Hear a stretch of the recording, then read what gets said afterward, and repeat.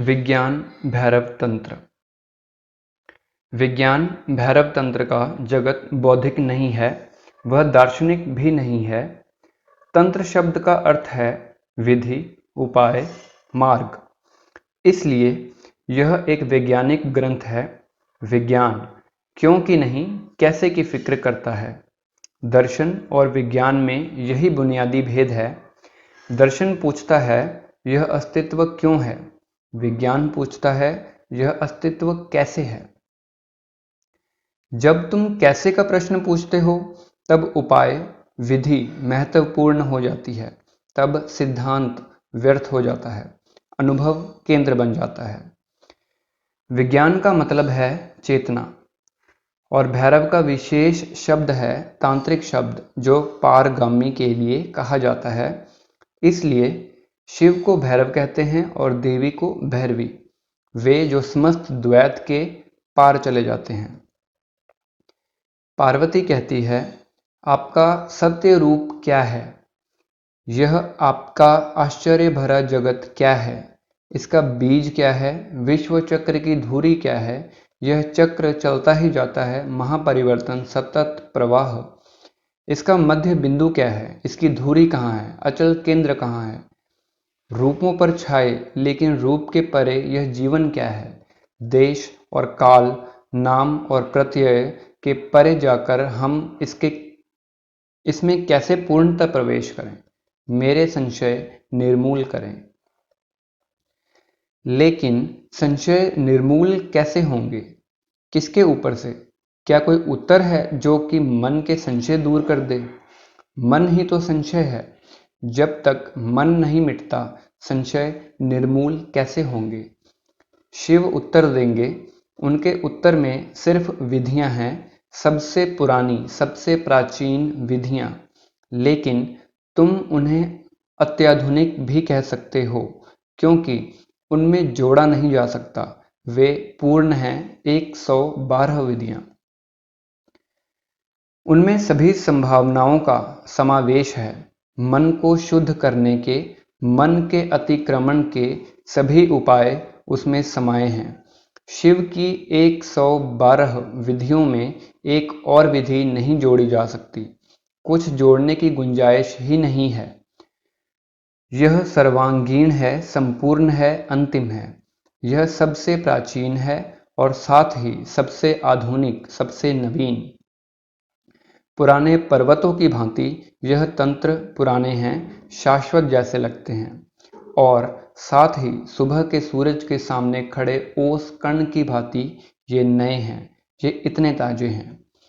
ध्यान की इन 112 विधियों से मन के रूपांतरण का पूरा विज्ञान निर्मित हुआ है। एक एक करके हम उनमें प्रवेश करेंगे।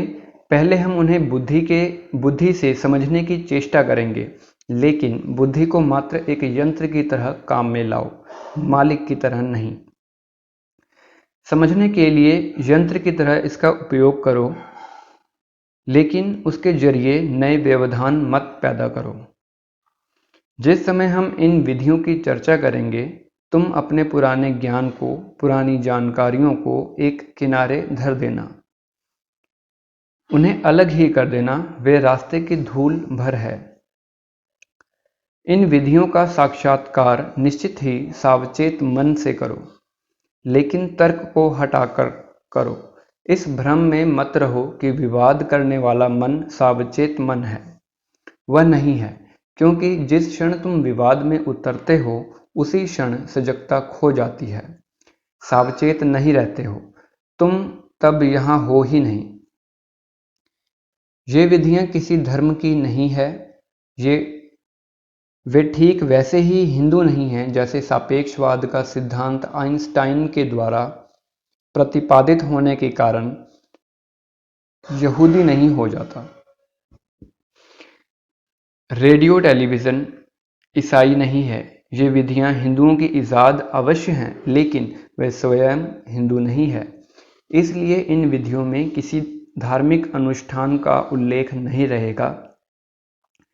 किसी मंदिर की जरूरत नहीं है, तुम स्वयं मंदिर हो, तुम ही प्रयोगशाला हो, तुम्हारे भीतर ही पूरा प्रयोग होने वाला है। और विश्वास की भी जरूरत नहीं है। तंत्र धर्म नहीं है, विज्ञान है। किसी विश्वास की जरूरत नहीं है। कुरान या वेद में, बुद्ध या महावीर में आस्था रखने की आवश्यकता नहीं है। नहीं, किसी विश्वास की आवश्यकता है। प्रयोग करने का महासाहस पर्याप्त है। प्रयोग करने की हिम्मत काफ़ी है। एक मुसलमान प्रयोग कर सकता है, वह कुरान के गहरे अर्थों को उपलब्ध हो जाएगा। एक हिंदू अभ्यास कर सकता है और वह पहली दफ़ा जानेगा कि वेद क्या है।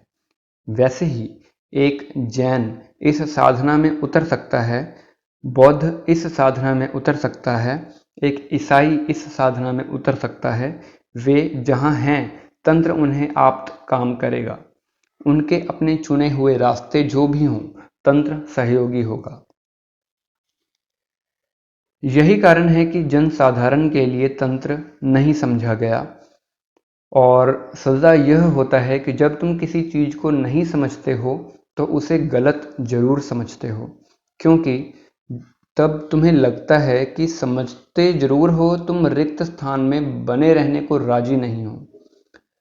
दूसरी बात कि जब तुम किसी चीज़ को नहीं समझते हो, तुम उसे गाली देने लगते हो।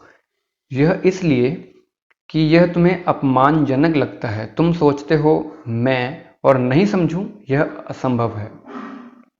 इस चीज के साथ ही कुछ भूल होगी और तब तुम गाली देने लगते हो। तब तुम ऊल जलूल बकने लगते हो और कहते हो कि अब ठीक है। इसलिए तंत्र को नहीं समझा गया और तंत्र को गलत समझा गया।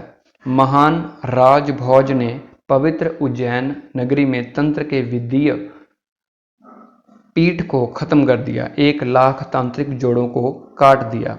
क्यों? ये क्या है, हमारी समझ में नहीं आता। कुछ सालों पहले वहीं पर राजा विक्रमादित्य ने उन्हीं तांत्रिकों को कितना सम्मान दिया। यह इतना गहरा और ऊंचा था कि यह होना स्वाभाविक था। तीसरी बात कि चूंकि तंत्र द्वैत के पार जाता है, इसलिए उसका दृष्टिकोण अति नैतिक है। कृपया इन शब्दों को समझो। नैतिक, अनैतिक, अतिनैतिक। नैतिक क्या है हम समझते हैं, अनैतिक क्या है हम समझते हैं। लेकिन जब कोई चीज़ अति नैतिक हो जाती है, दोनों के पार चली जाती है, तब उसे समझना कठिन है। तंत्र अति नैतिक है। तंत्र कहता है कोई नैतिकता जरूरी नहीं है, कोई खास नैतिकता जरूरी नहीं है। सच तो यह है कि तुम अनैतिक हो क्योंकि तुम्हारा चित्त अशांत है। इसलिए तंत्र शर्त नहीं लगाता कि पहले तुम नैतिक बनो, तब तंत्र की साधना कर सकते हो। तंत्र के लिए ये बात ही बेतुकी है। कोई बीमार है, बुखार में है, डॉक्टर आकर कहता है पहले अपने बुखार कम करो, पहले पूरा स्वस्थ हो लो और तब मैं दवा दूंगा। यही तो हो रहा है। चोर साधु के पास जाता है और कहता है मैं चोर हूं, मुझे ध्यान करना सिखाएं। साधु कहता है पहले चोरी छोड़ो, और चोर रहते ध्यान कैसे कर सकते हो। एक शराबी आकर कहता है मैं शराब पीता हूँ, मुझे ध्यान बताएं, और साधु कहता है पहली शर्त की शराब छोड़ो, तब ध्यान कर सकोगे। तंत्र तुम्हारी तथाकथित नैतिकता की, तुम्हारे सामाजिक रस्म रिवाज आदि की चिंता नहीं करता है। इसका यह अर्थ नहीं है कि तंत्र तुम्हें अनैतिक होने को कहता है। नहीं, तंत्र जब तुम्हारी नैतिकता की ही इतनी परवाह नहीं करता, तो वह तुम्हें अनैतिक होने को नहीं कह सकता। तंत्र तो वैज्ञानिक विधि है। विधि बताता है कि कैसे चित्त को बदला जाए, और एक बार चित्त दूसरा हुआ कि तुम्हारा चरित्र दूसरा हो जाएगा। एक बार तुम्हारे ढांचे का आधार बदला कि पूरी इमारत दूसरी हो जाएगी। इसी अति नैतिक सुझाव के कारण तंत्र तुम्हारे तथाकथित साधु महात्माओं को बर्दाश्त नहीं हुआ। वे सब उसके विरोध में खड़े हो गए, क्योंकि अगर तंत्र सफल होता है तो धर्म के नाम पर चलने वाली सारी नासमझी समाप्त हो जाएगी। तंत्र कहता है कि उस अवस्था का नाम भैरव है जब मन नहीं रहता, अमन की अवस्था है, और तब पहली दफा तुम यथार्थत उसको देखते हो जो है। जब तक मन है तुम अपना ही संसार रचे जाते हो, तुम उसे आरोपित प्रक्षेपित किए जाते हो। इसलिए पहले तो मन को बदलो और तब मन को अमन में बदलो। और ये 112 विधियां सभी लोगों के काम आ सकती है। हो सकता है कोई विशेष तुमको ठीक न पड़े, इसलिए तो शिव अनेक उपाय बताए चले जाते हैं। कोई एक विधि चुन लो जो तुमको जच जाए। और यह जानना कठिन नहीं है कि कौन सी विधि तुम्हें जचती है। हम यहाँ प्रत्येक विधि को समझने की कोशिश करेंगे। तुम अपने लिए वह विधि चुन लो जो कि तुम्हारे और तुम्हारे मन को रूपांतरित कर दे। यह बौद्धिक समझ बुनियादी तौर से जरूरी है, लेकिन अंत नहीं है। जिस विधि की भी चर्चा मैं यहाँ करूँ उसका प्रयोग करो। सच में यह है कि जब तुम अपनी सही विधि का प्रयोग करते हो तब झट से उसका तार तुम्हारे किसी तार से लगकर बज उठता है। एक विधि लो, उसके साथ 3 दिन खेलो। अगर तुम्हें उसके साथ निकटता की अनुभूति हो, अगर उसके साथ तुम थोड़ा स्वस्थ महसूस करो, अगर तुम्हें लगे कि यह विधि तुम्हारे लिए है, तो फिर उसके प्रति गंभीर हो जाओ। तब दूसरी विधियों को भूल जाओ, उनसे खेलना बंद करो और अपनी विधि के साथ टिको। कम से कम 3 महीने टिको, चमत्कार संभव है। बस इतना होना चाहिए कि वह विधि सचमुच तुम्हारे लिए हो। यदि तुम्हारे लिए नहीं है तो कुछ नहीं होगा, तब उसके साथ जन्मों जन्मों तक प्रयोग करके भी कुछ नहीं होगा। लेकिन ये 112 विधियां तो समस्त मानव जाति के लिए है, और वे उन सभी युगों के लिए है जो गुजर गए हैं और आने वाले हैं। और किसी भी युग में एक भी एका आदमी नहीं हुआ और न होने वाला ही है जो कह सके कि ये सभी 112 विधियां मेरे लिए व्यर्थ हैं। असंभव है, यह असंभव है। प्रत्येक ढंग के चित्त के लिए यहाँ गुंजाइश है।